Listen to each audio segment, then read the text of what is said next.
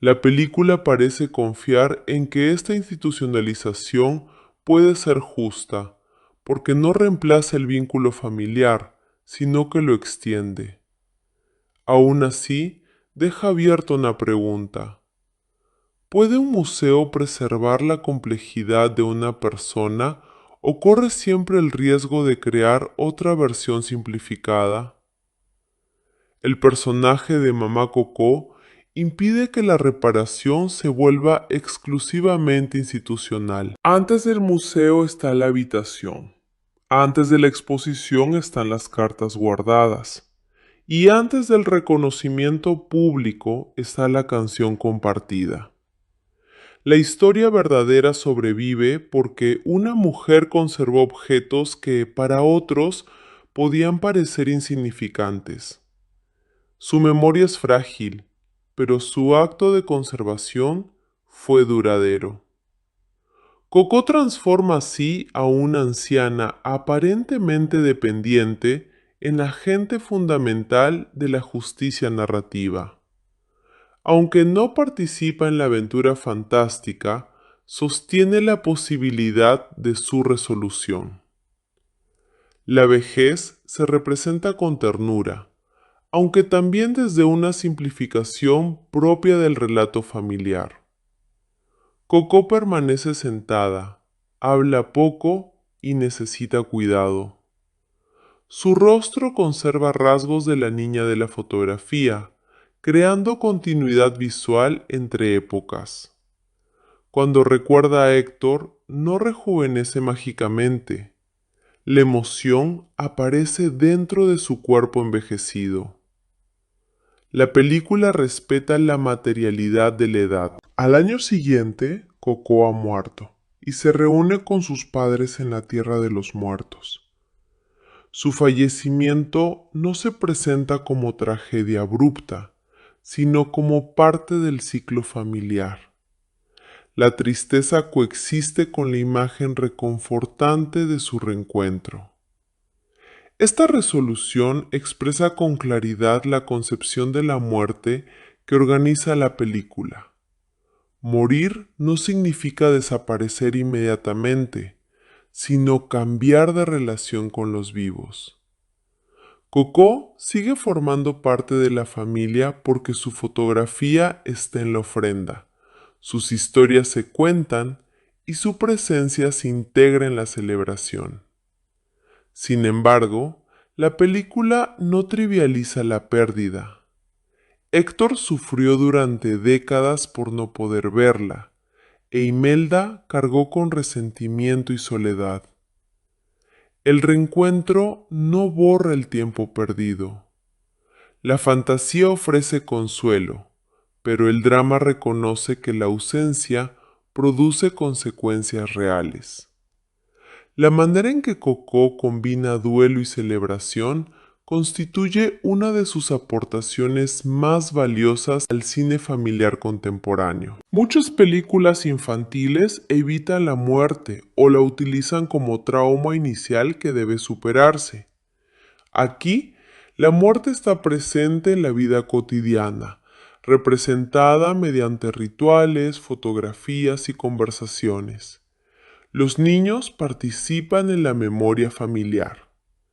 Miguel conoce los nombres de sus antepasados y aprende que sus decisiones siguen afectando al presente.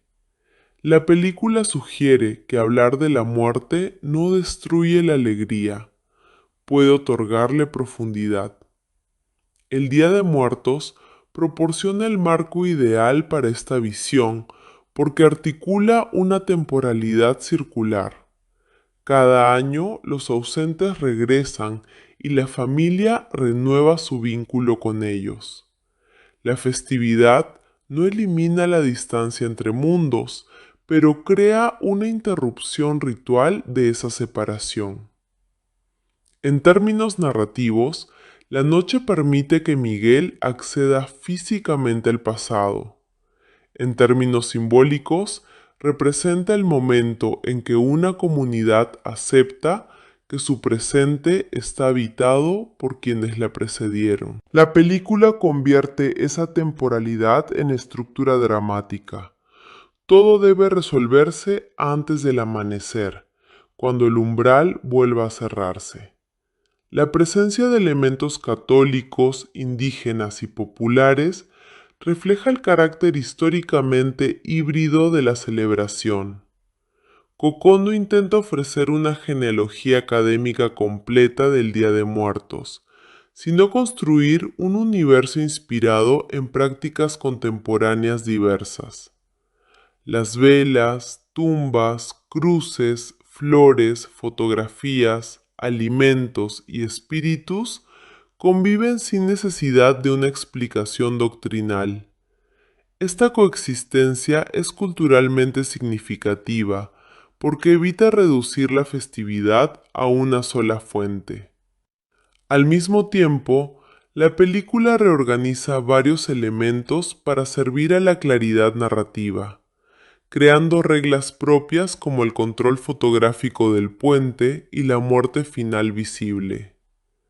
Los alebrijes constituyen un ejemplo de esa libertad creativa. Estas figuras artesanales no pertenecen originalmente de manera exclusiva al Día de Muertos, pero la película las transforma en guías espirituales dentro de su mitología.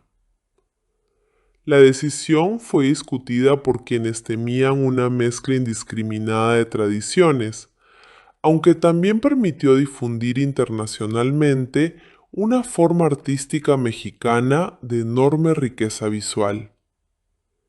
La cuestión revela una tensión inevitable en toda representación cultural popular.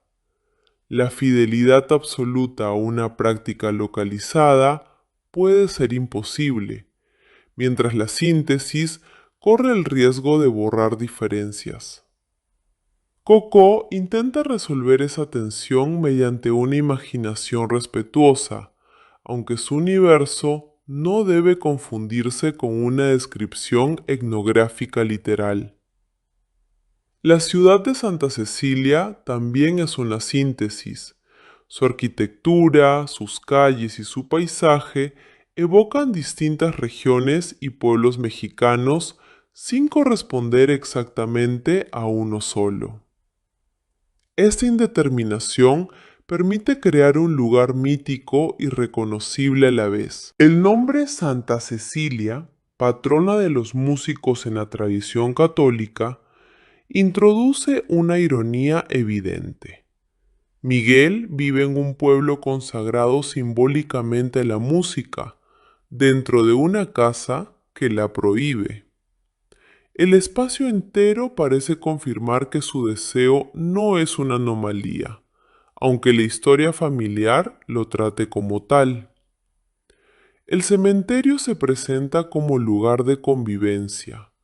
Las familias limpian tumbas, comen, conversan y escuchan música. No es un escenario de terror, sino una extensión de la comunidad. Cuando Miguel entra en el mausoleo de Ernesto, pasa de una relación colectiva con los muertos a un culto individual. El mausoleo monumental contrasta con las tumbas familiares decoradas. Allí donde la comunidad recuerda mediante presencia y trabajo, el ídolo es conservado mediante arquitectura grandiosa. El robo de la guitarra ocurre precisamente en ese espacio de veneración desmesurada. Miguel interpreta el acto como una especie de derecho hereditario. Si Ernesto es su antepasado, piensa, tomar la guitarra no sería un robo. Esta racionalización muestra cómo el deseo puede reorganizar la moral. El niño está convencido de que el destino lo autoriza. La maldición que sigue no aparece como castigo religioso explícito, sino como consecuencia de apropiarse de un objeto funerario sin comprender su historia. Para regresar, Miguel deberá abandonar la lógica de posesión y aprender a pedir una bendición basada en relaciones verdaderas. La entrada en la tierra de los muertos está precedida por un momento de extrañamiento visual. Miguel corre entre personas que no pueden verlo, atraviesa cuerpos y descubre que solo los muertos responden a su presencia. La escena produce maravilla y aislamiento. El niño se encuentra en medio de una multitud y, sin embargo, ha desaparecido para los vivos. Esta invisibilidad materializa su sensación anterior dentro de la familia. Nadie parecía ver quién era realmente. Pero la película complica esa lectura, porque ser visto por los muertos tampoco garantiza ser comprendido. Miguel deberá aprender a mirar a los demás con la atención que exigía para sí mismo. La frontera entre mundos está regulada mediante una oficina que mezcla tecnología fantástica y burocracia administrativa. Los esqueletos pasan controles, presentan documentos y afrontan problemas con sus fotografías. El humor nace de aplicar procedimientos cotidianos a una situación sobrenatural. Pero la burocracia también permite pensar la memoria como sistema de inclusión y exclusión. Quienes poseen una imagen reconocida pueden viajar. Quienes han sido borrados quedan detenidos. Héctor intenta engañar al sistema porque no dispone del capital familiar necesario. La escena sugiere que incluso los rituales afectivos pueden producir márgenes. La pobreza de Héctor en el otro mundo no se explica por defectos morales, sino por falta de recuerdo. Su casa improvisada y su ropa deteriorada son consecuencias materiales de una ausencia simbólica. Esta relación ofrece una metáfora transparente de la desigualdad entre historias preservadas e historias olvidadas. Las figuras con monumentos, películas y archivos habitan lugares lujosos. Quienes dependían de memorias frágiles se acercan a la desaparición. Coco invita a pensar en todas las vidas que no ingresan en la historia oficial porque carecieron de recursos para registrar su experiencia. La memoria familiar tampoco es necesariamente justa. Héctor pertenece a los Rivera, pero fue eliminado de su relato. El hogar puede preservar y bollar. Mamá Imelda conserva el dolor del abandono, pero destruye el nombre del ausente. La fotografía mutilada muestra que los archivos domésticos son campos de disputa.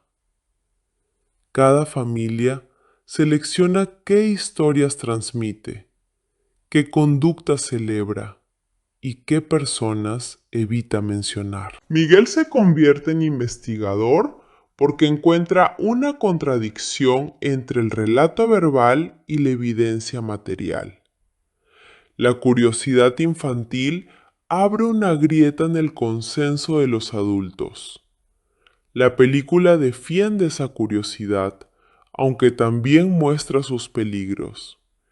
Miguel interpreta demasiado rápido la guitarra de la fotografía y construye una conclusión falsa.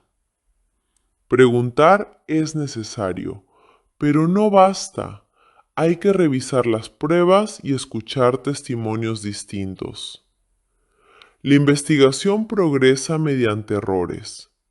Primero cree que Ernesto es su tatarabuelo.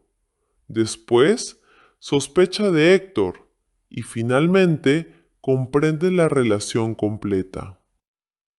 Este proceso ofrece una pedagogía de la memoria. El pasado no se recibe como verdad cerrada, sino que debe reconstruirse críticamente. La dimensión detectivesca de Coco se integra con el melodrama.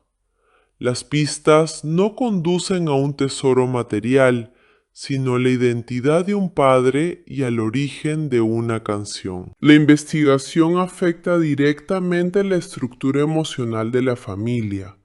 Esta combinación permite que el giro argumental tenga consecuencias éticas.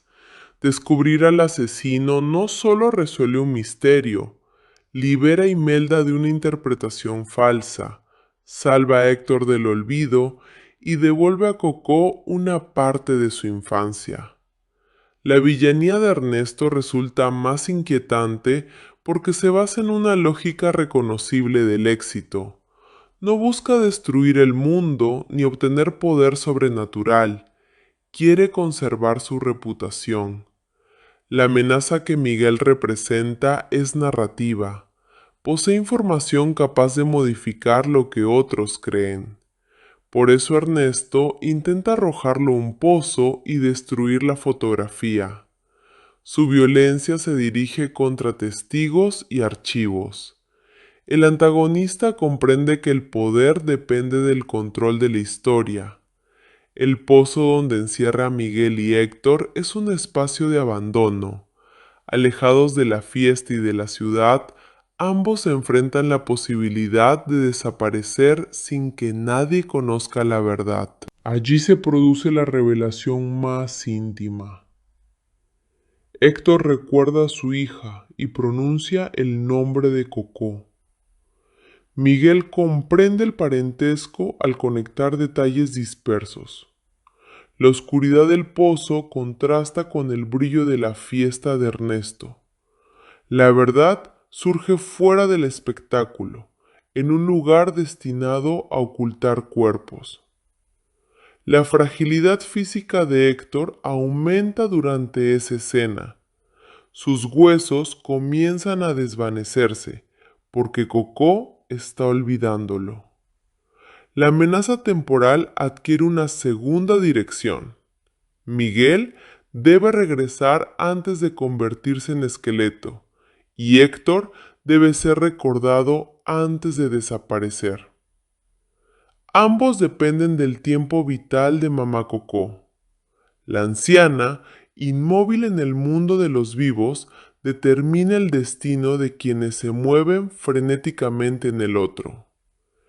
Esta inversión otorga enorme poder narrativo a un personaje aparentemente pasivo. La fotografía de Héctor se pierde durante la confrontación final, lo que parece condenarlo. Miguel regresa sin la prueba material que prometió colocar en la ofrenda. La solución ya no puede depender del objeto, sino de la memoria viva de Coco. Esta elección dramatúrgica evita una resolución mecánica. Si el niño simplemente colocara la foto, la historia terminaría mediante cumplimiento de una tarea. Al perderla, debe establecer un contacto emocional y activar el recuerdo de otra persona. La salvación se vuelve relacional. Cuando Miguel vuelve a casa, su familia intenta detenerlo porque desconoce lo ocurrido. Él corre hacia la habitación de Coco con una urgencia que los demás interpretan como nueva desobediencia. La escena reproduce el conflicto inicial. El niño quiere tocar y los adultos intentan impedirlo. Pero ahora la música no representa fuga ni ambición. La familia debe aprender a suspender su juicio. El momento en que Elena permite que Miguel continúe cantando señala el inicio de una transformación colectiva. La reacción de Coco restaura varias historias simultáneamente. Recuerda a su padre, presenta el fragmento de fotografía, muestra las cartas y confirma que Héctor quería regresar. Su voz, reorganizado Miguel Rivera, vive rodeado de música y al mismo tiempo condenado a no tocarla. La contradicción determina cada rincón de su existencia. Las canciones resuenan en la plaza, Los mariachis ofrecen serenatas bajo las ventanas. La voz del célebre Ernesto de la Cruz sale de viejas películas y gramófonos. Pero en la casa de los Rivera, una sola nota puede ser interpretada como una traición. La familia fabrica zapatos desde hace generaciones y ha convertido ese oficio en emblema de disciplina, continuidad y protección. Miguel, sin embargo, esconde una guitarra rudimentaria en un altillo lleno de recortes, velas e imágenes de su ídolo. Allí practica a solas, imitando los gestos de Ernesto, convencido de que la música no es un capricho adolescente, sino la forma más verdadera de reconocer quién es. El conflicto de Coco nace de esa certeza íntima, enfrentada a una prohibición colectiva que parece tan antigua como la propia familia. La víspera del Día de Muertos, cuando Santa Cecilia se llena de flores de cempasúchil, altares, fotografías y aromas destinados a recibir a quienes ya no están, Miguel descubre una pista que transforma su deseo en obsesión. En la fotografía familiar colocada sobre la ofrenda aparece mamá Imelda, la fundadora del linaje de los Rivera, junto a su hija pequeña, Coco, y junto a un hombre cuyo rostro ha sido arrancado del retrato. Miguel observa que aquel músico anónimo sostiene una guitarra idéntica a la de Ernesto de la Cruz. La coincidencia le ofrece algo más poderoso que una explicación. Le ofrece una genealogía.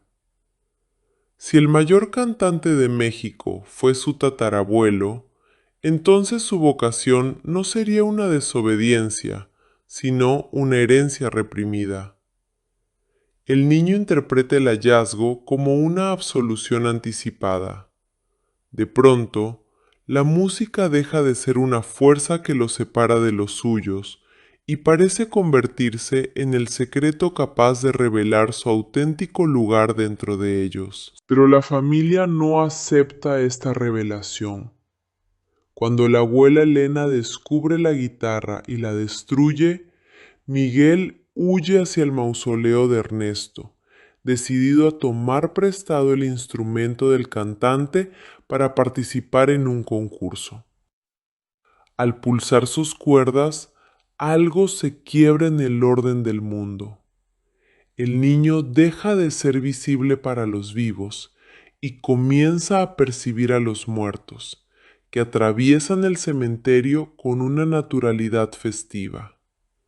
Entre ellos están sus antepasados, esqueletos vestidos con trajes familiares, sorprendidos al encontrarlo fuera del lugar que le corresponde. Miguel no ha muerto, pero tampoco pertenece ya enteramente al mundo de los vivos. Ha cruzado una frontera simbólica y corporal, y solo podrá regresar si obtiene la bendición de un familiar fallecido antes de que termine la noche. La aventura se presenta entonces como una carrera contra el tiempo. Si no vuelve al amanecer, su transformación será irreversible. La condición impuesta por mamá Imelda parece sencilla y sin embargo encierra el núcleo del drama. Ella acepta bendecirlo siempre que prometa abandonar la música para siempre. Miguel se niega. Prefiere arriesgar su vida antes que regresar a una existencia que considera falsa. Busca entonces a Ernesto de la Cruz, convencido de que el legendario cantante comprenderá su pasión y le concederá una bendición sin restricciones. En el camino encuentra a Héctor, un esqueleto desastrado, ingenioso y melancólico que necesita desesperadamente atravesar el puente de pétalos para visitar a su hija en el mundo de los vivos. Nadie ha colocado su fotografía en una ofrenda, y su recuerdo comienza a borrarse. Héctor ofrece ayudar a Miguel a llegar hasta Ernesto, a cambio de que el niño lleve su retrato de regreso. Así, la historia une dos deseos aparentemente distintos: un muchacho que quiere conquistar el futuro y un muerto que lucha por conservar un último vínculo con el pasado. La amenaza que acompaña a Miguel no procede únicamente de la posibilidad de quedar atrapado entre esqueletos y luces imposibles. El peligro más profundo reside en que su búsqueda está construida sobre una versión incompleta de la memoria familiar. Coco plantea desde el principio que conocer el pasado no significa poseer una colección de datos correctos, sino comprender quién contó esos datos, quién fue silenciado y qué intereses determinaron la historia aceptada. Miguel entra en la tierra de los muertos buscando una autorización para convertirse en músico, pero acaba descubriendo un crimen, una usurpación artística y una herida transmitida durante varias generaciones. El misterio de la fotografía mutilada no se limita a responder quién fue el tatarabuelo ausente. Obliga a preguntarse cómo una familia convierte el dolor en norma, cómo una celebridad transforma el robo en leyenda y cómo una canción puede contener, bajo diferentes interpretaciones, tanto una mentira pública como una verdad privada. Esta capacidad para presentar una aventura accesible y al mismo tiempo construir una reflexión sobre la memoria, la muerte, el arte y la identidad explica buena parte de la fuerza de Coco. Estrenada en 2017, la película pertenece a una etapa de Pixar en la que el estudio ya no necesitaba demostrar su capacidad técnica, pero sí renovar la legitimidad cultural y emocional que había adquirido desde finales del siglo XX. Después de haber convertido juguetes, monstruos, peces, automóviles y emociones en protagonistas de universos complejos, Pixar se enfrentaba aquí a un desafío distinto: representar una tradición viva de enorme importancia para México y para comunidades mexicanas de todo el mundo, sin reducirla a decoración exótica. La apuesta era arriesgada, porque el Día de Muertos había sido frecuentemente simplificado desde miradas exteriores como una versión colorida de Halloween, cuando su sentido se articula alrededor de prácticas familiares, religiosas, comunitarias y afectivas mucho más específicas. Lee Unkrich, director de la película y figura fundamental en la historia de Pixar, llegaba al proyecto después de codirigir varias obras del estudio y de firmar Toy Story 3, una de las películas más celebradas de la compañía. En aquella obra ya había desarrollado una sensibilidad particular hacia el paso del tiempo, la despedida y la relación entre memoria e identidad. Los juguetes de Toy Story 3 temían ser abandonados, porque su existencia dependía del afecto de un niño que estaba creciendo. Los muertos de Coco temen desaparecer porque su permanencia depende del recuerdo de los vivos. En ambos casos, Unkrich transforma una premisa fantástica en una meditación sobre la fragilidad de los vínculos. La diferencia es que Coco traslada esa preocupación a un horizonte cultural concreto, donde recordar a los antepasados no constituye solo un sentimiento individual, sino una práctica ritual que organiza la relación entre generaciones. Adrián Molina, co-guionista y codirector, resultó decisivo para articular el universo emocional, lingüístico y musical de la película. Su participación permitió que el proyecto avanzara desde una idea general sobre el Día de Muertos hacia una historia centrada en una familia reconocible, con tensiones domésticas específicas y una relación orgánica entre música, relato y pertenencia. La película fue desarrollada mediante viajes de investigación, encuentros con familias, visitas a pueblos, cementerios, talleres, plazas, iglesias y celebraciones de diversas regiones mexicanas. Ese proceso no elimina automáticamente todos los problemas de representación, pero manifiesta una voluntad de observación que distingue a Coco de aproximaciones puramente superficiales. El México de la película es una construcción animada y estilizada, no un documental, pero se apoya en texturas, objetos, gestos y formas de convivencia que buscan producir reconocimiento antes que simple fascinación turística. El desarrollo estuvo marcado además por una controversia que reveló los riesgos de convertir una tradición comunitaria en propiedad corporativa. Durante las primeras etapas, Disney intentó registrar comercialmente la expresión Día de los Muertos para productos relacionados con la futura película. La reacción crítica fue inmediata, especialmente entre artistas, activistas y comunidades mexicano-estadounidenses, que interpretaron aquel movimiento como una apropiación inadmisible de una festividad colectiva. La empresa retiró la solicitud y modificó su estrategia, mientras incorporaba asesores culturales al proceso.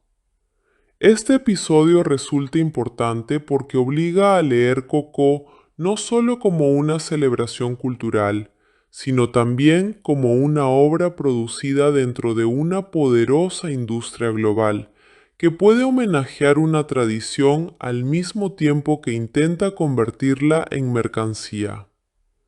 La película final parece consciente de esta tensión y, en cierta medida, le incorpora a su propia crítica de la fama y de la explotación artística. El título definitivo concentra de manera notable el desplazamiento emocional de la narración. Coco no es el personaje que ocupa más tiempo en pantalla, ni quien emprende el viaje, ni quien domina la acción exterior. Es una anciana frágil, casi inmóvil, cuya memoria parece desvanecerse.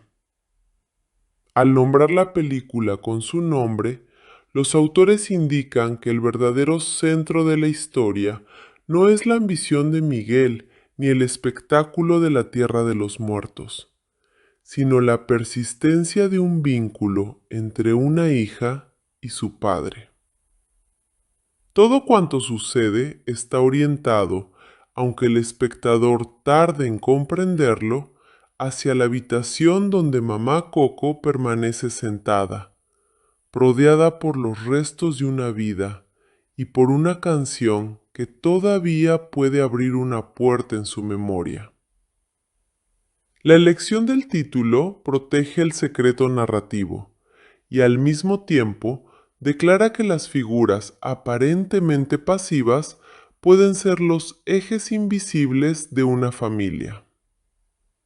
La estructura dramática utiliza un esquema clásico de viaje iniciático, pero lo complica mediante una investigación genealógica. Miguel comienza en un mundo ordinario que ya contiene elementos extraordinarios: una familia unida por el trabajo, una prohibición absoluta y una celebración en la que los muertos regresan.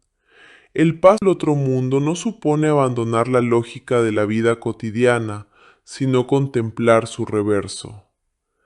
En la tierra de los muertos persisten la burocracia, las diferencias de clase, la fama, el espectáculo, la pobreza, el olvido y las redes familiares. Los fallecidos no han alcanzado una sabiduría perfecta, conservan deseos, resentimientos, vanidades y temores.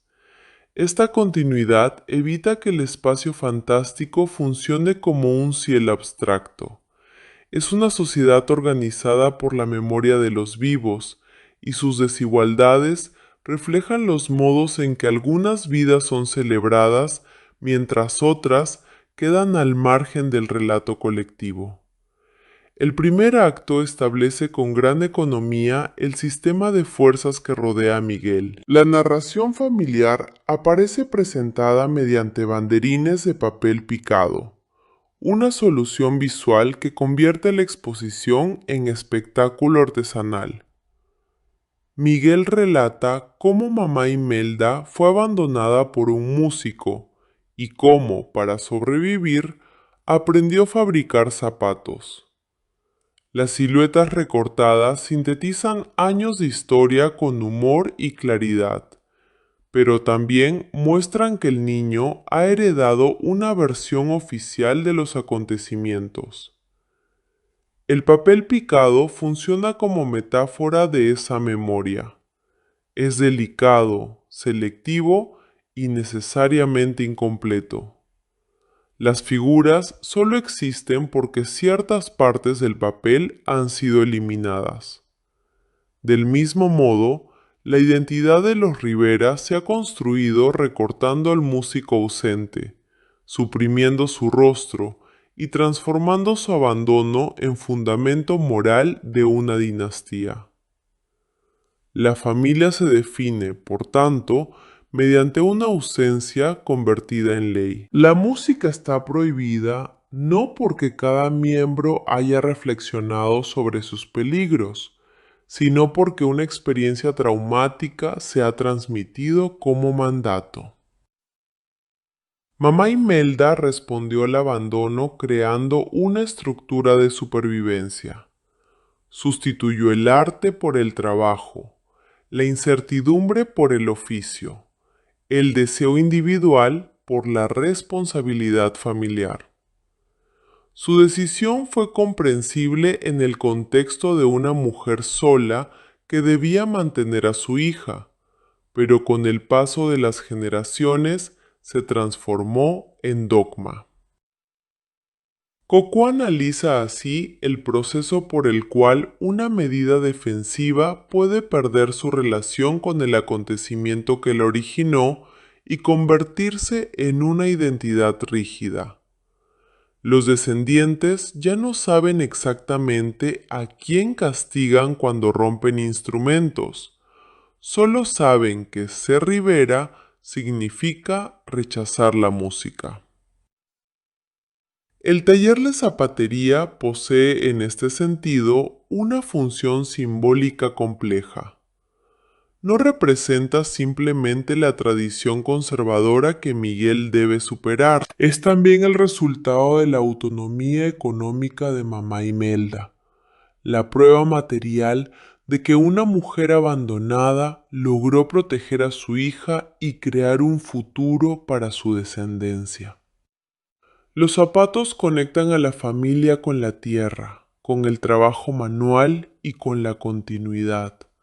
Son objetos destinados a caminar, pero la ironía consiste en que la tradición zapatera amenaza con impedir el camino singular de Miguel.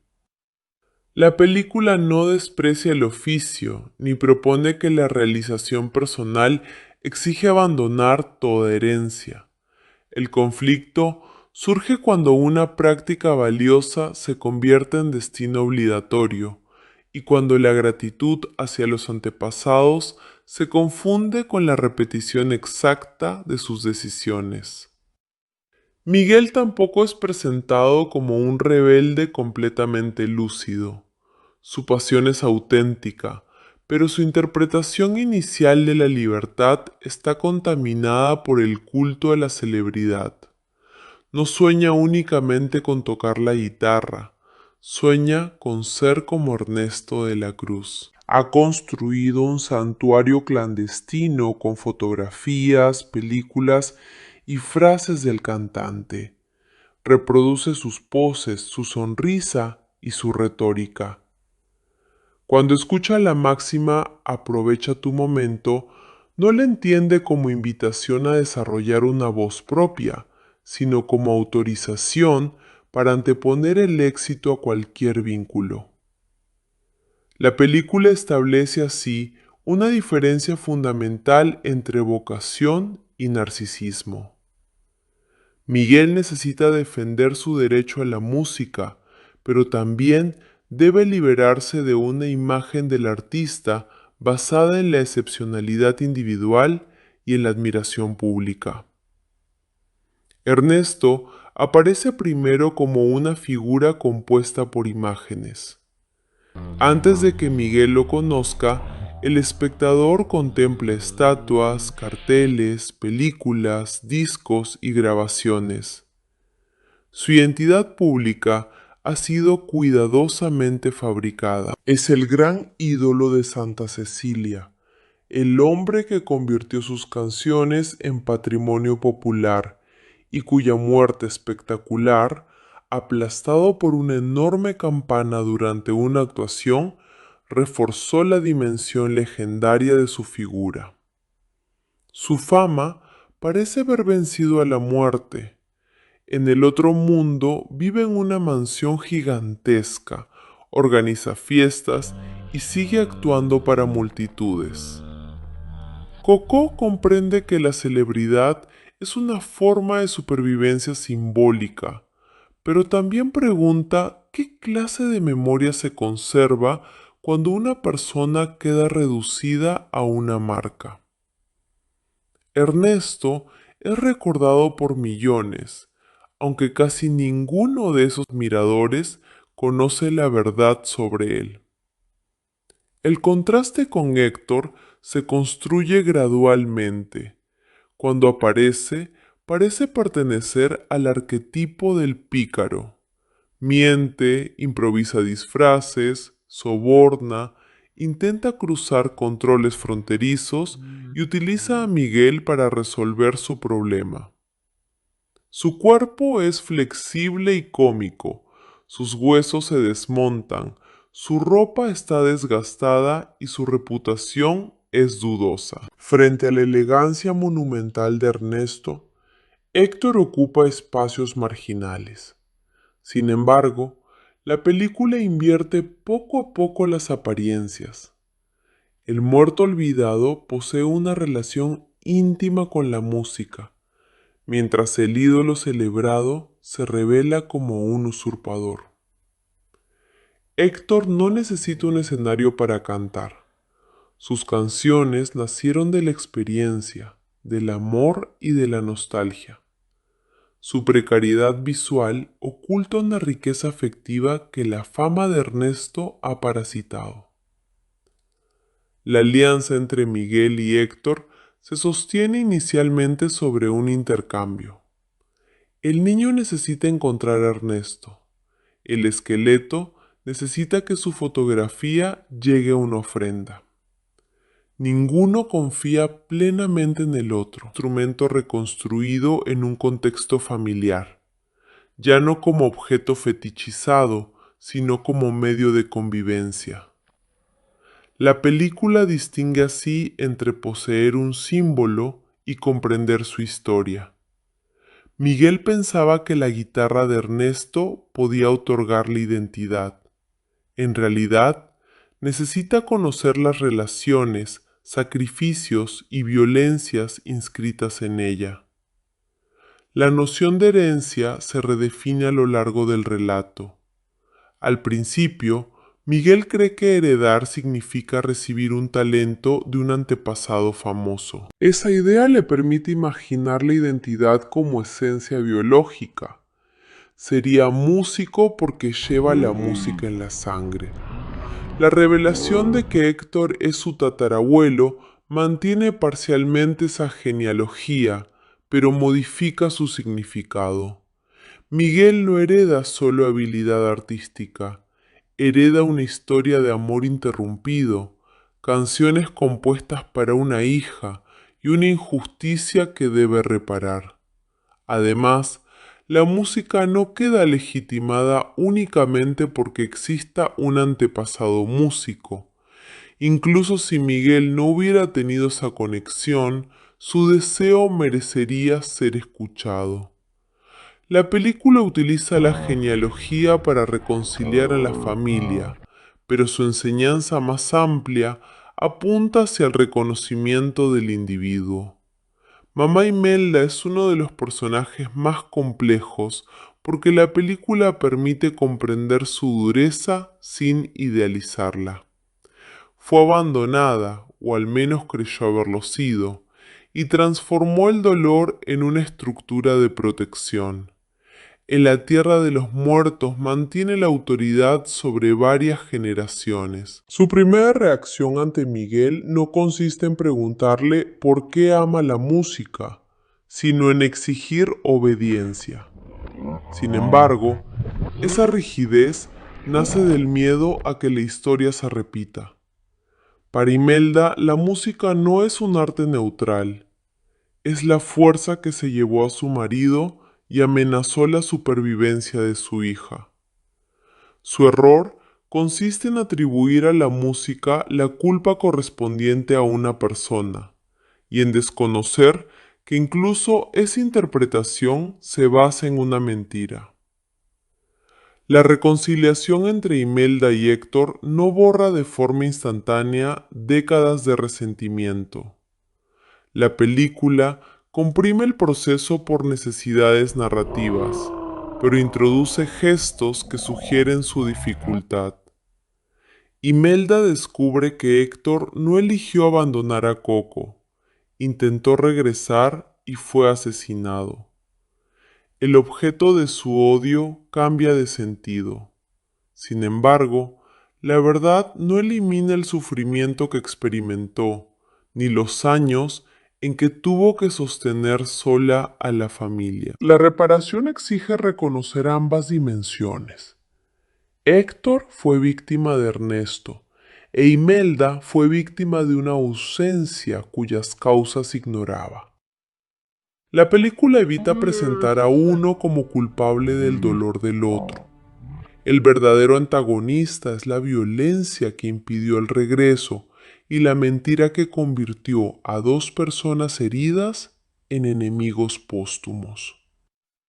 Cuando Imelda canta La Llorona durante la fiesta de Ernesto, la película revela una faceta que ella misma había reprimido. La matriarca que prohibió la música posee una voz poderosa y una presencia escénica extraordinaria. El momento no funciona solo como sorpresa humorística, demuestra que su rechazo a la música implicaba también una amputación de sí misma.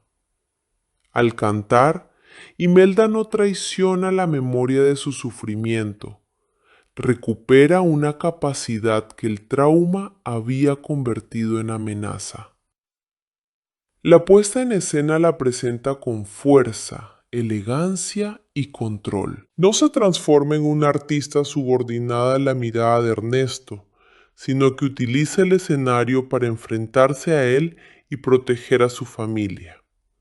La música pasa de ser símbolo de abandono a convertirse en instrumento de resistencia. Esta recuperación permite leer Coco como relato sobre la transmisión intergeneracional del trauma. Una experiencia dolorosa no resuelta puede organizar la conducta de descendientes que no vivieron el acontecimiento original. Los Rivera reaccionan ante instrumentos y canciones con una intensidad que no procede de sus propias biografías, sino de una narrativa heredada. La prohibición se reproduce porque cada generación la presenta a la siguiente como condición de pertenencia. Miguel rompe el ciclo no mediante el rechazo absoluto de su familia, sino el descubrir la verdad escondida bajo la norma. La película sugiere que la transformación de una tradición requiere conocer su origen. No todo lo antiguo es sabio, pero incluso las reglas injustas pueden contener la huella de un miedo que merece ser comprendido. La abuela Elena representa la forma cotidiana y cómica de esa transmisión. Es afectuosa, protectora y capaz de intimidar a cualquiera con una zapatilla. Su violencia caricaturesca contra los músicos de la plaza provoca risa, pero también evidencia hasta qué punto la prohibición ha sido normalizada. Elena no parece haber cuestionado nunca la conexión entre música y desgracia. Para ella, cuidar a Miguel significa impedir que se acerque a aquello que podría apartarlo de la familia. Su amor se expresa mediante control, comida, disciplina y vigilancia. La película no la convierte en villana porque reconoce que la familia puede producir opresión sin dejar de ser un espacio de afecto. El desafío consiste en transformar las formas del cuidado cuando éstas impiden escuchar al otro. El padre y la madre de Miguel ocupan posiciones más discretas, pero resultan significativos. No poseen la autoridad de Elena, ni la presencia mítica de Imelda. Parecen atrapados entre la obediencia a la tradición y el deseo de proteger a su hijo. Su relativa pasividad muestra cómo operan las jerarquías familiares. No todos los adultos controlan las normas que transmiten. El taller, la ofrenda y la mesa común crean una red de obligaciones que dificulta el disenso. Miguel no se enfrenta a individuos aislados, sino a un sistema afectivo. Esta complejidad explica por qué huir no puede ser la solución final. Para vivir la música plenamente, necesita modificar el lugar que ocupa dentro de esa red, no limitarse a escapar de ella. La familia Rivera aparece como una comunidad ruidosa, extensa y constantemente presente. En muchas historias de formación, el protagonista debe separarse del hogar para conquistar autonomía. Coco utiliza ese movimiento, pero lo somete a revisión. Miguel necesita salir, cruzar el umbral y desafiar la norma, aunque su objetivo final no es emanciparse de todo vínculo. Descubre que la independencia absoluta promovida por Ernesto es una ficción destructiva. Aprovecha tu momento. Parece una invitación al coraje, pero en boca del cantante significa que cualquier relación puede sacrificarse al éxito. La película propone una autonomía relacional. Miguel debe poder elegir la música sin dejar de reconocer a quienes lo sostienen. La familia, por su parte, debe aprender que amar no consiste en imponer una única forma de vida. Este equilibrio explica por qué el final no abandona la zapatería ni convierte a todos los Rivera en artistas profesionales. Un año después, la casa familiar contiene música, zapatos, fotografías y nuevas historias. La tradición no ha sido destruida, se ha vuelto más inclusiva. Miguel toca para los suyos y transmite a su hermana pequeña la memoria de los antepasados. El taller sigue funcionando, pero ya no define la totalidad de las posibilidades. La reconciliación se expresa espacialmente. Aquello que estaba oculto en el altillo entra en la zona común. La guitarra deja de ser secreto. La transformación no consiste en sustituir una prohibición por una obligación inversa, sino en permitir que diferentes vocaciones coexistan dentro del mismo linaje. La narración también examina la relación entre arte y trabajo. Mamá Imelda contrapone la música asociada a la inestabilidad del marido con la fabricación de zapatos, asociada a responsabilidad y sustento. Ernesto, por otra parte, presenta el arte como camino hacia el reconocimiento ilimitado. Héctor ofrece una tercera posibilidad. Fue músico ambulante y soñó con actuar, pero sus canciones nacían de experiencias concretas y su mayor deseo era regresar a casa. Su error no fue amar la música, sino participar en una asociación con un hombre dispuesto a sacrificarlo. Coco no romantiza completamente la precariedad artística ni desprecia el trabajo manual. Busca reconciliar creación y responsabilidad, mostrando que una vocación solo se vuelve destructiva cuando se separa de toda obligación ética. Esta relación instrumental permite que el vínculo se desarrolle sin sentimentalismo inmediato. Héctor descubre que Miguel no es solo un medio para cruzar al mundo de los vivos, y Miguel comprende que aquel desconocido no es el fracaso ridículo que parecía. La dinámica adopta rasgos de comedia de compañeros. Discuten, se engañan, se ayudan, comparten peligros y terminan revelando sus vulnerabilidades. Bajo esa fórmula genérica, se prepara una relación paterna que adquiere todo su sentido cuando se descubre la verdadera genealogía.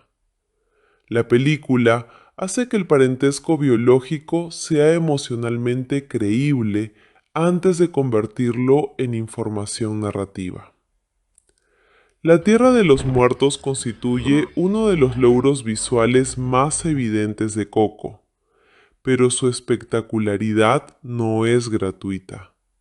La ciudad se eleva en capas superpuestas, como una acumulación vertical de épocas arquitectónicas. Torres prehispánicas, cúpulas coloniales, edificios modernos, casas populares, neones y estructuras imposibles coexisten en un paisaje que materializa la sedimentación histórica. Los muertos no sustituyen una ciudad por otra, agregan nuevas construcciones a medida que llegan generaciones sucesivas. El resultado es una metrópolis de la memoria, un archivo urbano donde los estilos no se anulan, sino que permanecen apilados. Esta verticalidad sugiere que el pasado nunca desaparece por completo, queda debajo de cada presente, sosteniéndolo y en ocasiones siendo ocultado por él. El puente de pétalos de cempasúchil que conecta ambos mundos condensa la lógica poética de la película. No es una infraestructura sólida, sino un camino luminoso compuesto por materia orgánica y ritual. Los muertos pueden atravesarlo solo si alguien ha colocado su fotografía en una ofrenda. De este modo, el tránsito depende de un acto de reconocimiento. No basta haber existido, es necesario seguir ocupando un lugar en la memoria de alguien. El puente es bello porque representa la continuidad del amor, pero también es cruel porque excluye a quienes han sido olvidados, borrados o privados de imagen. Héctor llega hasta el control fronterizo y es rechazado una y otra vez. La escena convierte una idea metafísica en procedimiento burocrático, combinando humor y angustia. Hasta la eternidad requiere documentación. La fotografía desempeña un papel central porque Coco trata la memoria como una práctica mediada por objetos. Las imágenes colocadas en la ofrenda no son meros adornos, funcionan como pruebas de pertenencia, llaves de acceso y contratos entre vivos y muertos. Sin embargo, la película evita afirmar que una fotografía contiene por sí sola la verdad. El retrato de mamá Imelda ha sido manipulado. El rostro del padre de Coco fue arrancado, pero su mano y su guitarra permanecieron. Esa mutilación altera la historia familiar sin borrar completamente las huellas del ausente. Miguel puede reconstruir una hipótesis observando lo que quedó en los márgenes. La imagen es a la vez evidencia y engaño. Conserva una presencia, pero también puede ser recortada, reinterpretada o utilizada para sostener una narrativa falsa. La ausencia del rostro de Héctor posee además una dimensión filosófica. Ser olvidado comienza por dejar de ser reconocible. El rostro es la parte del cuerpo que permite distinguir a una persona y establecer con ella una relación ética. Al arrancarlo de la fotografía, la familia no solo elimina a un individuo, sino que lo transforma en categoría. El músico que abandonó a mamá Imelda. Héctor deja de ser padre, esposo, compositor y hombre concreto para convertirse en símbolo de irresponsabilidad. La trama consiste en devolverle un rostro, un nombre y una historia. Por eso la revelación no se agota en descubrir que Ernesto fue un asesino. Lo esencial es restaurar la singularidad de aquel a quien una mentira pública y un resentimiento privado habían condenado al anonimato. El tiempo de la aventura está regulado por una transformación corporal. A medida que avanza la noche, las manos de Miguel comienzan a volverse esqueléticas. La imagen introduce una amenaza visible que mantiene la atención y recuerda que el niño no puede permanecer indefinidamente en el espacio de los muertos. Pero el proceso también exterioriza su crisis identitaria.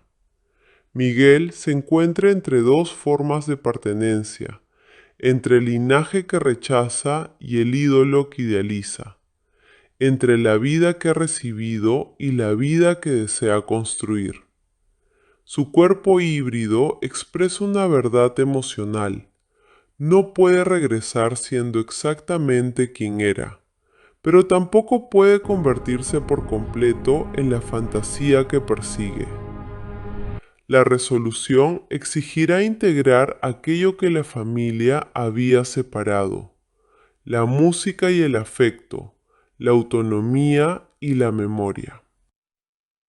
Dante, el perro callejero que acompaña a Miguel, introduce desde el principio una energía caótica. Su lengua desmesurada, sus movimientos imprevisibles y su capacidad para provocar accidentes lo presentan como alivio cómico. Sin embargo, su función se amplía conforme la narración avanza. El nombre remite de manera juguetona al poeta que recorrió el mundo de ultratumba, y el animal termina revelándose como un guía espiritual. Su transformación en alebrije no debe entenderse como una representación literal de una única tradición homogénea, sino como parte de la síntesis imaginativa que realiza la película entre diferentes expresiones del arte popular mexicano. Dante guía a Miguel no mediante solemnidad, sino mediante instinto. Es un mediador torpe entre mundos, una criatura aparentemente vulgar que termina ocupando un lugar sagrado. Pepita, el imponente alebrije asociado a mamá Imelda, representa una forma distinta de mediación. Su cuerpo combina rasgos de jaguar, águila y otras criaturas, cubiertos por colores intensos y patrones luminosos. Frente a la comicidad terrestre de Dante, Pepita encarna autoridad, vigilancia y poder. Su diseño traduce visualmente la personalidad de Imelda, protectora, feroz, majestuosa y difícil de desafiar. Cuando persigue a Miguel y a Héctor, parece prolongar la voluntad de la matriarca. Sin embargo, la criatura no es malvada. Su violencia responde a una lógica de protección. Coco utiliza así a sus animales fantásticos para expresar fuerzas emocionales. Dante representa el camino incierto hacia una verdad que todavía no se comprende. Pepita, la fuerza de una tradición que puede perseguir y proteger con la misma intensidad. La representación de los esqueletos evita deliberadamente el horror. Sus diseños conservan rasgos de las personas que fueron: peinados, ropa, gestos, bigotes, posturas y voces. Los huesos funcionan como cuerpos elásticos capaces de desmontarse y recomponerse, lo que permite una comedia física constante. Esta decisión resulta esencial para que la película acerque la muerte a un público infantil sin negar su gravedad. Los esqueletos no producen miedo porque están inscritos en relaciones familiares. Son tías, tíos, abuelos y bisabuelos. La muerte deja de ser una alteridad monstruosa y se convierte en continuidad transformada. Al mismo tiempo, la posibilidad de la muerte final, que ocurre cuando nadie recuerda a un difunto, introduce una angustia más profunda que cualquier amenaza corporal. Un esqueleto puede recomponer sus huesos, pero no puede sobrevivir a la desaparición de su nombre. La escena en la que Chicharrón se desvanece constituye uno de los momentos más sobrios y perturbadores. Héctor visita a un viejo conocido que vive aislado, debilitado por el olvido. A cambio de su guitarra, Chicharrón le pide que interprete una última canción. No hay multitud, luces ni discurso grandioso. Héctor canta mientras el anciano escucha, y al terminar, el cuerpo de Chicharrón se convierte en polvo brillante. La secuencia introduce la muerte definitiva como un proceso silencioso. Nadie en el mundo de los vivos pronuncia ya su nombre, y por ello deja de existir también entre los muertos. La película muestra este acontecimiento antes de revelar que Héctor corre el mismo riesgo, haciendo que el espectador comprenda emocionalmente la amenaza antes de asociarla al protagonista secundario. La muerte final plantea una ontología relacional. Una persona continúa existiendo mientras forma parte de la conciencia de otra.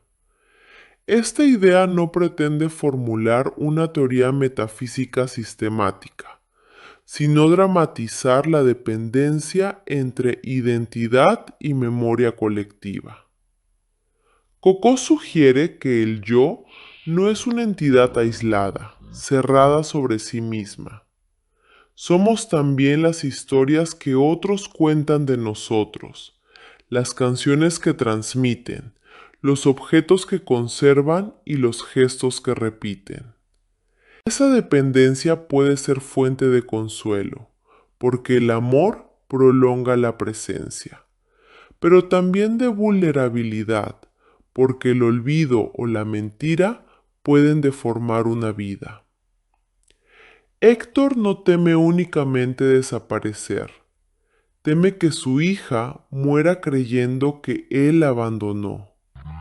Lo que está en juego es la calidad moral del recuerdo. En este punto la película conecta memoria y justicia. Recordar no consiste solo en conservar una imagen sentimental del pasado, también implica corregir narrativas falsas y devolver el reconocimiento a quienes fueron despojados de él. Ernesto probó las canciones de Héctor y construyó con ellas su carrera. Después del asesinato, convirtió la obra ajena en expresión de su propia sensibilidad. La multitud lo recuerda, pero recuerda una identidad fabricada a partir del robo. Héctor, verdadero autor, está a punto de desaparecer. La distribución de la fama aparece así como una injusticia histórica. Quien posee los medios de representación puede apropiarse no solo del trabajo de otro, sino también de su lugar en la memoria pública. La reparación final exige revelar la verdad y modificar el relato colectivo. La crítica a la celebridad se articula mediante la oposición entre espectáculo e intimidad. Ernesto interpreta Recuérdame ante grandes auditorios, acompañado por orquestas y decorados monumentales. La canción funciona como promesa de permanencia y como instrumento para fortalecer su imagen. Sin embargo, más tarde se descubre que Héctor la compuso como canción de cuna para Coco. Su sentido original no era reclamar la memoria de una nación, sino aliviar la separación entre un padre y una hija. La misma melodía puede ser apropiada por el espectáculo y devuelta a la intimidad. Coco no condena la interpretación pública ni el placer de una gran actuación, pero muestra que el volumen y la fama pueden ocultar el origen ético de una obra. La versión más verdadera de la canción es también la más sencilla. Recuérdame organiza toda la película mediante variaciones. Al principio aparece asociada a Ernesto y a la iconografía de su éxito.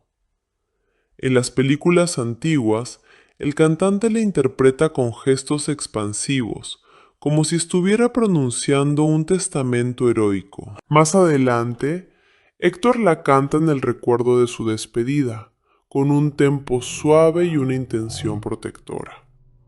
Finalmente, Miguel interpreta ante Mamá Coco sin buscar aplausos, acompañado solo por la guitarra. Cada versión modifica el significado de las mismas palabras. La canción pasa de ser himno de un ego monumental a convertirse en puente entre generaciones. Este recorrido demuestra que la música no posee un sentido fijo. Depende de quién la canta, para quién y en qué situación afectiva. La escena de Miguel y Mamá Coco es la culminación emocional porque reduce todos los recursos espectaculares. Después de persecuciones, revelaciones, conciertos y vuelos sobre una ciudad luminosa, la película regresa a una habitación tranquila. Coco parece ausente, incapaz de responder a las súplicas de su bisnieto. Miguel toma la guitarra y canta. La cámara observa las manos, el rostro de la anciana y la creciente desesperación del niño. No hay montaje acelerado ni despliegue visual. La tensión depende de un cambio casi imperceptible en la mirada de Coco. Cuando ella comienza a acompañar la canción, el tiempo familiar se abre. La niña que escuchaba a su padre reaparece en el cuerpo envejecido. El recuerdo no elimina la vejez ni revierte la muerte, pero permite que una verdad sobreviva un poco más. Esta secuencia evita convertir la memoria en una facultad puramente intelectual. Coco no recupera una lista abstracta de datos, recupera una relación a través de la música. La melodía activa una experiencia corporal y afectiva que permanecía inaccesible mediante el lenguaje cotidiano. La película se aproxima así a una intuición ampliamente reconocible. Ciertos sonidos, olores y gestos pueden conservar fragmentos del pasado incluso cuando otros caminos de acceso parecen cerrados. Sin necesidad de formular un diagnóstico clínico preciso, la fragilidad cognitiva de Mamá Coco introduce la dimensión dolorosa del envejecimiento. Su familia la ama, pero a menudo habla a su alrededor y decide por ella. Miguel, al cantar, no la trata como un depósito pasivo de recuerdos. Le ofrece una posibilidad de participación. La interpretación vocal de Miguel en ese momento resulta crucial, porque el personaje ha transformado su relación con la música. Al comienzo, tocar significaba demostrar su talento, ganar un concurso y seguir los pasos de Ernesto. Frente a Coco, la música deja de ser una herramienta de autoafirmación y se convierte en acto de cuidado. Miguel no canta para ser visto, sino para ayudar a otra persona a recordar. La película no le exige abandonar su ambición artística, pero sí descubrir una ética de la creación. El verdadero músico no es únicamente quien domina una técnica o conquista un público, sino quien comprende que una canción puede sostener un vínculo. Esta transformación permite reconciliar su deseo individual con la historia familiar sin sacrificar ninguno de los dos. La guitarra también atraviesa un proceso simbólico. El instrumento blanco de Ernesto aparece primero como reliquia sagrada, protegido en un mausoleo. Miguel lo roba convencido de que al tocarlo reclamará una herencia. Después descubre que su diseño pertenecía a Héctor, cuyo cuaderno contenía dibujos y composiciones. La guitarra deja de ser emblema de una estrella para convertirse en prueba de una autoría robada. Al final, Miguel toca un instrumento. Héctor encarna al artista sin control sobre los medios de difusión. Escribe canciones, diseña la guitarra y posee sensibilidad, pero Ernesto tiene el carisma, la presencia escénica y la ambición necesarias para convertir ese material en espectáculo. La colaboración podría haber sido legítima si ambos hubieran compartido el reconocimiento. En cambio, Ernesto considera las canciones recursos apropiables. Cuando Héctor decide abandonar la gira para volver con su familia, su compañero lo envenena y roba su obra. El crimen literaliza una dinámica frecuente en la historia cultural. Figuras visibles reciben prestigio por trabajos creados o sostenidos por personas cuya contribución permanece oculta. Coco traduce esa injusticia a un lenguaje melodramático accesible, pero la cuestión que plantea es profundamente política. ¿Quién firma la memoria de una comunidad? Ernesto no se percibe a sí mismo como un delincuente común. Ha construido una filosofía que justifica sus actos. Repite que debe aprovechar su oportunidad y está dispuesto a hacer lo necesario para conservarla. Su narcisismo convierte a los demás en obstáculos o instrumentos. Incluso cuando descubre que Miguel podría ser su descendiente, su afecto depende de que el niño confirme la narrativa que lo glorifica. En cuanto Miguel conoce la verdad, Ernesto intenta eliminarlo. La escena revela que su aparente amor familiar era una extensión de su imagen pública. No puede tolerar testigos que contradigan la leyenda. Su hospitalidad, su sonrisa y sus discursos sobre el destino son elementos de una actuación permanente.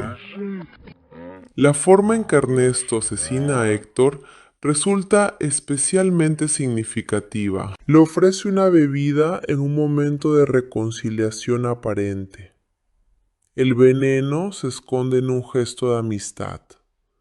Después, utiliza la muerte de su compañero como oportunidad para apropiarse de las canciones. Esta traición contrasta con la lógica del Día de Muertos, basada en ofrecer comida y bebida para mantener vínculos con quienes regresan. Ernesto pervierte la hospitalidad. Donde una familia prepara alimentos para recordar, él prepara un brindis para borrar. La película opone así dos economías simbólicas: una economía del don, en la que los vivos cuidan la memoria de los muertos, y una economía de la apropiación, en la que el poderoso transforma la vida ajena en capital personal. El destino final de Ernesto repite de manera cómica su muerte original. Pepita lo lanza contra una enorme campana que cae sobre él frente a la multitud. La repetición destruye la singularidad heroica de su leyenda. Aquello que había sido recordado como accidente trágico y espectacular se convierte en castigo grotesco. La fama basada en imágenes puede ser desmontada mediante otra imagen igualmente poderosa. Los asistentes a la fiesta y posteriormente los vivos descubren su crimen. Sin embargo, la película no sugiere que la verdad circule de manera automática. Es necesario recuperar cartas, fotografías y canciones, construir un nuevo relato y compartirlo. La justicia cultural requiere archivos y narradores. Las cartas que Héctor escribió a Coco son esenciales para demostrar la autoría de las canciones. Mamá Coco las ha conservado junto con el fragmento arrancado de la fotografía. Estos objetos privados contienen la verdad que la cultura pública había perdido. La película concede así un enorme valor al archivo doméstico. No son las instituciones oficiales ni los museos quienes preservan la historia correcta, sino una niña que guardó los mensajes de su padre durante toda su vida. Las cartas unen escritura, memoria y afecto. También permiten que la reputación de Héctor sea restaurada después de que Coco muera. El reconocimiento público llega, pero solo porque una relación privada sobrevivió en objetos aparentemente modestos. El fragmento de fotografía que Coco conserva devuelve literalmente el rostro de Héctor a la ofrenda. Durante décadas, la imagen incompleta había organizado la identidad de los Rivera. Al reunir las partes, la familia no recupera un pasado intacto, porque ningún archivo puede eliminar el sufrimiento vivido. Lo que obtiene es una versión más justa. La película utiliza la restauración visual como símbolo de reconciliación narrativa. La fotografía recompuesta no borra la cicatriz del corte. El espectador sabe que fue mutilada. Esa marca implícita recuerda que la memoria reparada sigue conteniendo la historia de su propia deformación. La relación entre verdad y relato se extiende a la propia forma cinematográfica. Coco dirige deliberadamente la atención hacia Ernesto como posible antepasado. Utiliza la guitarra, la fotografía y las coincidencias para sostener la hipótesis de Miguel. El espectador participa en su error porque interpreta los indicios desde el mismo deseo. Queremos que la revelación sea cierta porque promete una conexión emocionante entre el niño y su ídolo. Cuando Héctor recuerda el envenenamiento y se descubre la identidad del padre de Coco, la película obliga a revisar escenas anteriores. La narración demuestra así que una historia convincente no es necesariamente verdadera. Las pruebas pueden ser organizadas de forma engañosa cuando una expectativa poderosa determina su lectura. El giro funciona porque no es una sorpresa arbitraria. Numerosos detalles habían preparado la revelación. La familiaridad de Héctor con las canciones, su insistencia en regresar junto a una hija, la reacción ante el nombre de Coco, el dibujo de la guitarra y la historia de su muerte. La película administra esta información sin subrayarla excesivamente. El espectador puede reconocerla retrospectivamente y experimentar la satisfacción propia de un misterio bien construido. Pero el giro tiene, sobre todo, una función emocional. No se limita a cambiar quién es el tatarabuelo de Miguel, transforma la relación entre todos los personajes.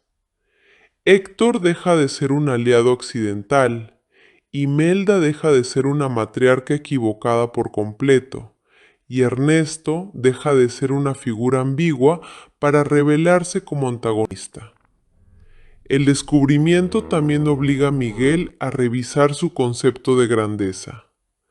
Había buscado a un hombre famoso y encuentra a un antepasado pobre, olvidado y ridiculizado. La elección ética consiste en reconocer a Héctor incluso cuando esa verdad no ofrece prestigio inmediato. Miguel comprende que el valor de una vida no depende de la cantidad de personas que pronuncian su nombre, sino de la calidad de los vínculos que construyó. Esta conclusión podría parecer contradictoria con la lógica de la muerte final, que hace depender la existencia del recuerdo. Sin embargo, la película distingue entre ser recordado masivamente y ser recordado verdaderamente. Ernesto posee millones de admiradores, pero su memoria es falsa. Héctor necesita en principio el recuerdo de una sola persona, su hija, porque ese recuerdo conserva su identidad auténtica. La fama aparece como una forma cuantitativa de memoria, mientras el amor constituye una forma cualitativa. La primera multiplica imágenes, grabaciones y monumentos. El segundo preserva gestos, historias y sentidos. Coco no niega que el reconocimiento público pueda reparar una injusticia. Al final, Héctor recibe crédito como compositor y se convierte en figura celebrada. Pero esa reparación solo es valiosa porque se apoya en la recuperación del vínculo con Coco e Imelda.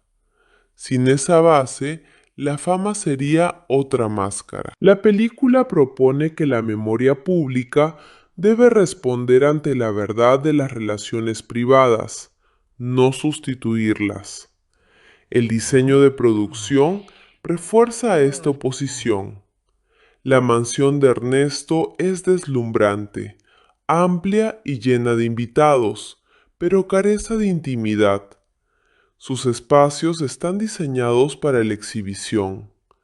Grandes pantallas reproducen su rostro. Las piscinas y terrazas funcionan como escenarios, y cada detalle confirma la centralidad del anfitrión. En cambio, las zonas donde viven Héctor y los olvidados son precarias, construidas con materiales acumulados y objetos descartados. Allí, paradójicamente, existen intercambios más personales.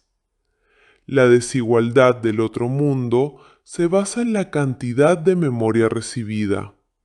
Los famosos disfrutan de abundancia, mientras quienes apenas son recordados sobreviven en barrios marginales. Pixar convierte así el capital simbólico en arquitectura. Esta representación plantea una sátira del sistema de celebridad que incluye a la propia industria cinematográfica. Ernesto es estrella de películas musicales, dueño de una iconografía reconocible y objeto de una comercialización constante. Su imagen circula en pantallas, productos, estatuas y espectáculos. La película que lo critica procede de una corporación experta en crear personajes globales y convertirlos en mercancía. Esa contradicción no invalida el discurso, pero lo vuelve más interesante. Coco parece advertir que toda imagen popular puede separarse de las personas y comunidades que le dieron origen. El desafío ético consiste en mantener visible la red de colaboraciones, tradiciones y afectos que sostienen un producto cultural. La música cumple una función narrativa desde el primer minuto. No es un acompañamiento añadido a una historia que podría contarse de la misma forma sin canciones. Cada pieza revela información, modifica relaciones o expone identidades. Miguel aprende observando películas musicales. Héctor consigue dinero actuando. Ernesto consolida su mito mediante conciertos. Imelda recupera una parte negada de sí misma al cantar. Coco recuerda a su padre gracias a una melodía. La trama avanza porque las canciones circulan entre personajes y épocas. Incluso el conflicto central es una disputa por la autoría musical. Esta integración convierte a Coco en un musical en sentido profundo, aunque no todos los diálogos se transformen en canto. La banda sonora de Michael Giacchino combina motivos orquestales con instrumentos y estilos asociados al paisaje musical mexicano representado. Las canciones originales, desarrolladas con la participación de varios compositores y músicos, buscan diferenciar contextos de actuación. Hay serenatas, números de concurso, canciones festivas, interpretaciones íntimas y parodias escénicas. Esta variedad evita presentar la música mexicana como un bloque uniforme. Al mismo tiempo, la película estiliza y mezcla influencias para construir una experiencia legible para un público internacional. La tensión entre especificidad y accesibilidad atraviesa toda la obra. Debe sonar culturalmente situada sin exigir al espectador un conocimiento previo exhaustivo. Un poco loco, interpretada por Miguel y Héctor en el concurso, cumple varias funciones simultáneas. Es un número cómico, un momento de liberación corporal y una etapa decisiva en su relación. Miguel comienza nervioso, acostumbrado a tocar en secreto y a imitar a Ernesto. Héctor lo obliga a responder al público, moverse e improvisar. La canción se convierte en diálogo lúdico. Por primera vez, Miguel actúa ante una multitud no como copia rígida de su ídolo, sino en interacción con otro músico. La escena muestra que la identidad artística nace también del encuentro y de la escucha. El éxito del número no depende de una pose heroica, sino de la complicidad. El concurso introduce además una reflexión sobre la actuación como construcción colectiva. Los participantes utilizan vestuario, coreografía, humor y referencias populares. La música no es presentada como expresión pura de un individuo aislado, sino como práctica social. Héctor conoce las reglas del espectáculo callejero y ayuda a Miguel a superar el miedo. El niño aporta talento técnico y entusiasmo. El esqueleto, experiencia y capacidad de adaptación. Esta colaboración anticipa la verdad de las canciones robadas.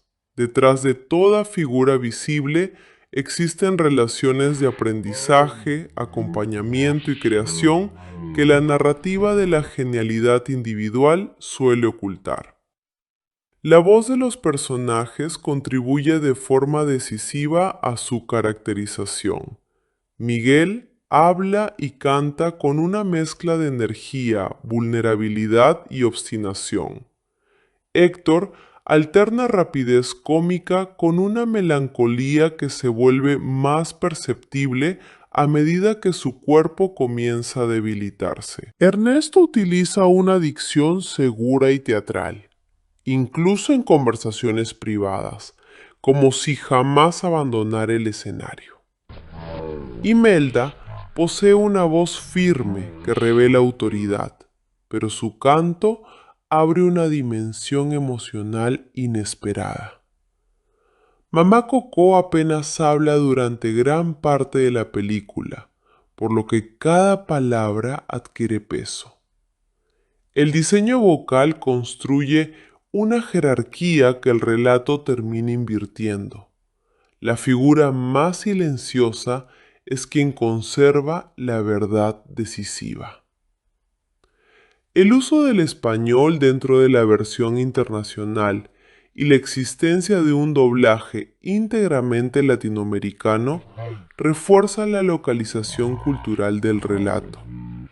Palabras como ofrenda, abuelita, mijo, cempasúchil o alebrije no aparecen como obstáculos, sino como componentes naturales del mundo. La película confía en que el contexto permita comprenderlas. Esta decisión es importante porque evita traducir por completo la experiencia cultural a categorías anglófonas. Sin embargo, la accesibilidad global sigue siendo una prioridad, y por ello muchas particularidades se presentan mediante explicaciones visuales claras. Coco equilibra pedagogía y narración.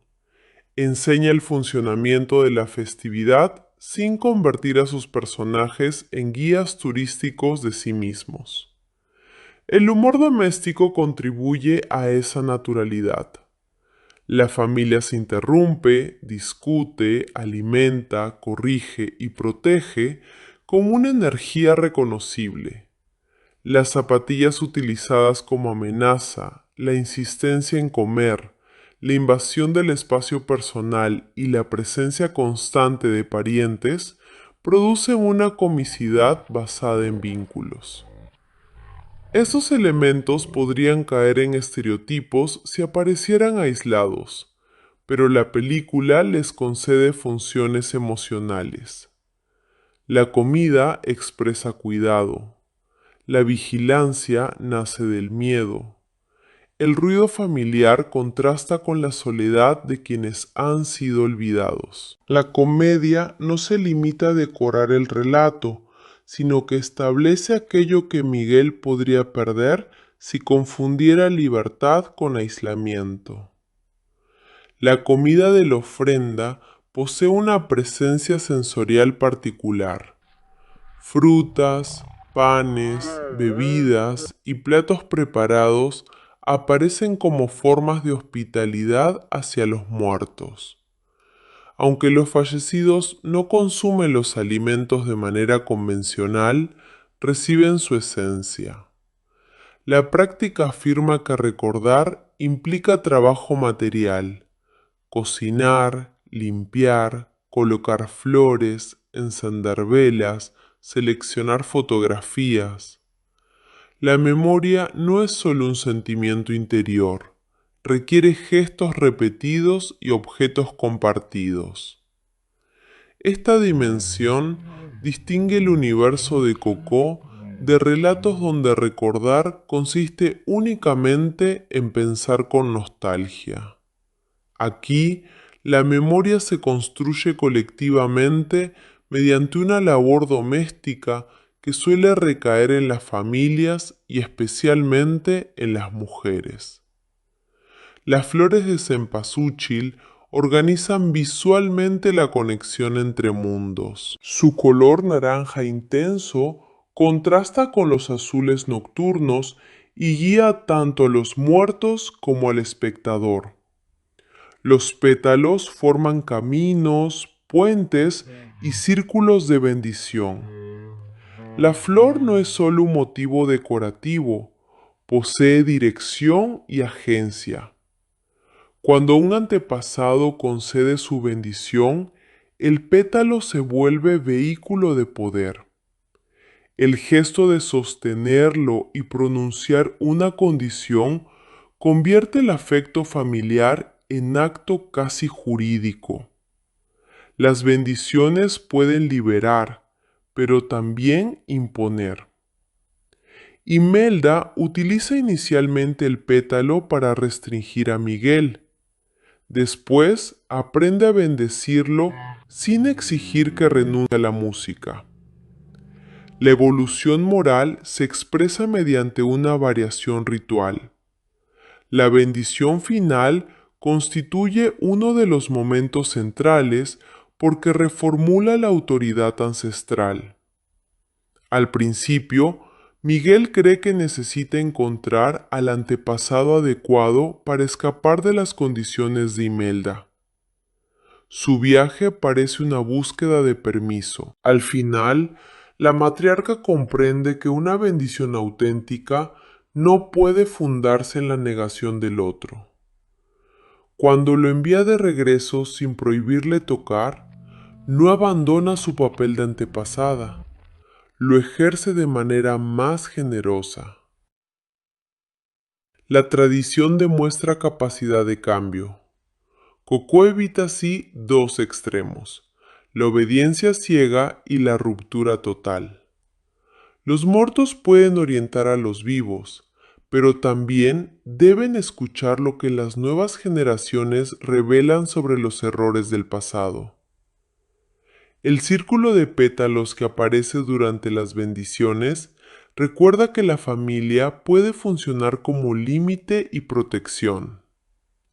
Miguel está literalmente rodeado por sus antepasados. Esa imagen podría sugerir encierro, pero también expresa pertenencia. La cuestión no es salir de todo círculo, sino evitar que se convierta en prisión. El viaje permite que el niño transforme el significado de estar rodeado por su familia. Al comienzo, siente que todos vigilan y bloquean su deseo. Al final, descubre que esa misma red puede sostenerlo.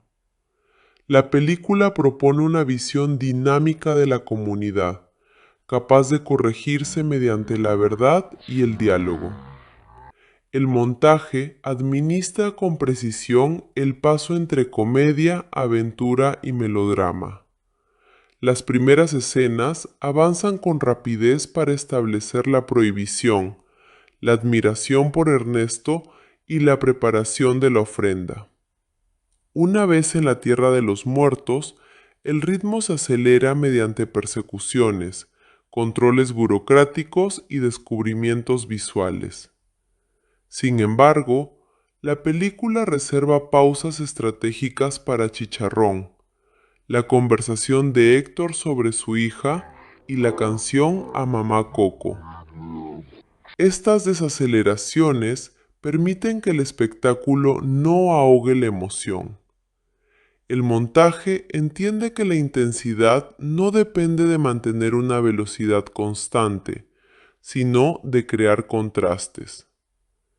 Las transiciones entre mundos son especialmente eficaces. La película utiliza pétalos, luces, fotografías y movimientos de cámara para conectar espacios separados. En varias ocasiones, una canción o un objeto continúa su significado a través de un corte. El montaje establece que la tierra de los vivos y la de los muertos no son universos independientes, sino planos vinculados por acciones simultáneas. Mientras una familia coloca una imagen, un antepasado obtiene permiso para cruzar. Cuando un recuerdo desaparece, un cuerpo se debilita. La causalidad emocional se vuelve causalidad física. La cámara virtual explota la libertad de la animación sin perder claridad espacial. En la presentación de la Ciudad de los Muertos, amplios movimientos revelan la escala vertical y la densidad de luces. Durante las escenas familiares, la composición se vuelve más cercana y horizontal, organizada alrededor de mesas, talleres y altares. La mansión de Ernesto utiliza encuadres grandiosos que subrayan su deseo de dominar el campo visual. La habitación de Coco, en cambio, se filma con respeto por las distancias pequeñas y los silencios. Esta variación espacial acompaña el recorrido desde la fascinación por lo monumental hacia la valoración de lo íntimo. La iluminación diferencia los mundos sin oponer vida luminosa y muerte oscura. Santa Cecilia aparece bañada por luz cálida, polvo, velas y colores terrosos. La tierra de los muertos es nocturna, pero resplandece con neones, pétalos y edificios saturados. La muerte no está asociada a ausencia de color, sino a una exuberancia particular. Esta elección visual dialoga con el sentido festivo del Día de Muertos, donde el duelo puede coexistir con música, comida y decoración intensa. La película evita la paleta gris que el cine occidental suele reservar para el más allá, y propone una muerte socialmente habitada. No obstante, la belleza del otro mundo contiene zonas de sombra. Los barrios de los olvidados son menos luminosos, más frágiles y alejados de los centros de espectáculo. La distribución de la luz refleja la distribución del recuerdo. Ernesto vive rodeado de focos porque millones de miradas continúan dirigidas hacia él. Héctor se desvanece en espacios donde casi nadie mira. Esta metáfora visual relaciona visibilidad y poder. Ser visto puede sostener la existencia, pero la película también pregunta quién controla los focos y qué historias permanecen fuera del escenario. El color blanco de la guitarra de Ernesto la distingue de la paleta circundante y la convierte en ícono. Sus adornos en forma de calavera condensan música y muerte. El instrumento parece pertenecer naturalmente al cantante, porque su imagen pública lo ha absorbido. Cuando se revela su verdadero origen, el objeto muestra cómo el diseño puede convertirse en firma falsa. La guitarra fue creada desde la imaginación de Héctor, pero la repetición mediática la asocia a Ernesto. Coco entiende que la cultura visual puede naturalizar una apropiación. Cuanto más se reproduce una imagen, más difícil resulta imaginar que perteneció a otro. La campana de la iglesia funciona como otro objeto cargado de significado. Su caída mata a Ernesto durante una actuación y convierte su muerte en parte de la mitología local. Al reaparecer en el desenlace, la campana actúa como retorno de lo reprimido. El ídolo es aplastado por el mismo símbolo que lo había inmortalizado. También puede leerse como peso de una reputación construida sobre mentiras. Ernesto deseaba que su imagen resonara indefinidamente.